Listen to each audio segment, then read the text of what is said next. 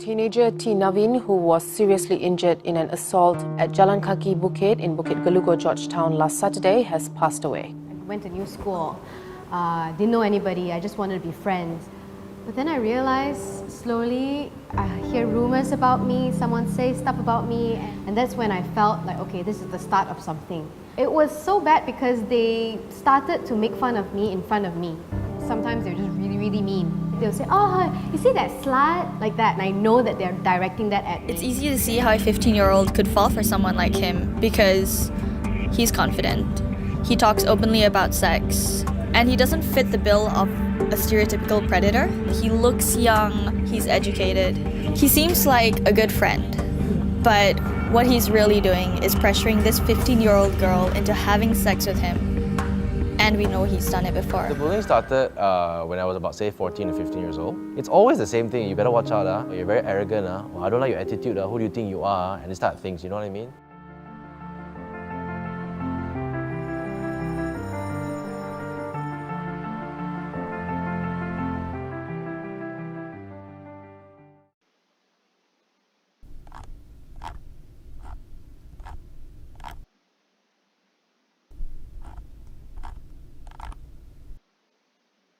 Today in class, we were learning PJK with this male teacher. Going good, you know. We were talking about sexual harassment and how to take care of yourself, your body right. He was making a couple of jokes, but it seemed normal at first. But slowly the jokes were getting weirder and more lucha.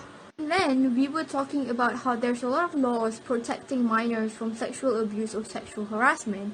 And then he said, guess what? Kalau nanti korang nak rogol, janganlah rogol yang bawah 18, korang rogol yang atas 18.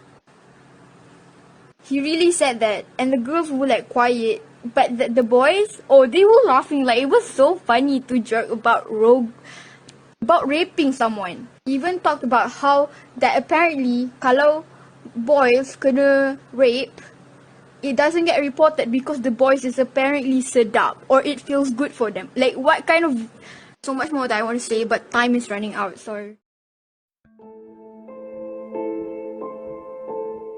Hashtag Make School a Safer Place has become trending after a video goes viral.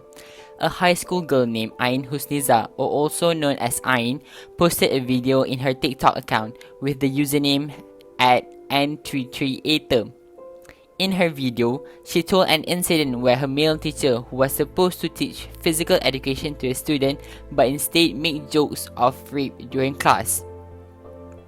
From the video just now, we can see that at first they were only having a discussion about the current rape cases in Malaysia.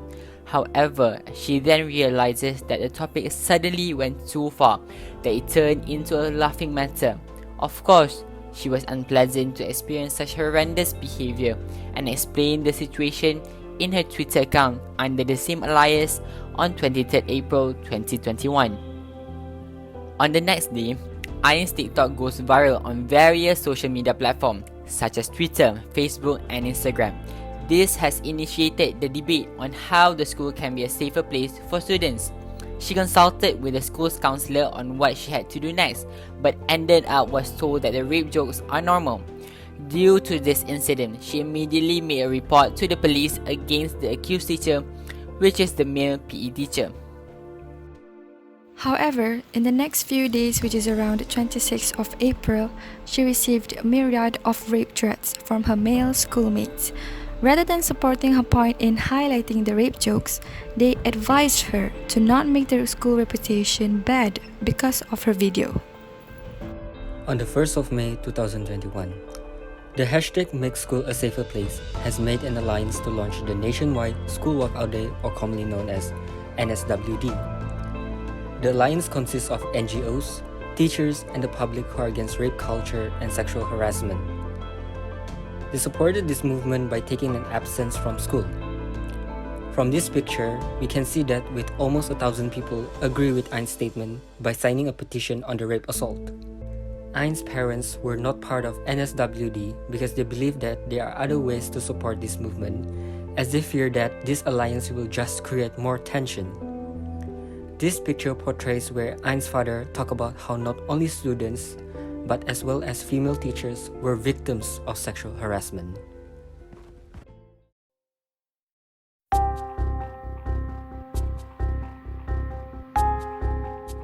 This article highlights where Ain's school principal called her a Satan's spawn because of her viral video that gives a bad image to their school. This action showed his self-centered and immature behavior by going against his own student instead of backing her up and take the rape joke as a normal thing. On May 12, the accused teacher was transferred to the State Education Department pending a police report. The next line of action will be depending on the outcome of the probe. The school principal's action made netizens question his power abuse towards Ain's situation.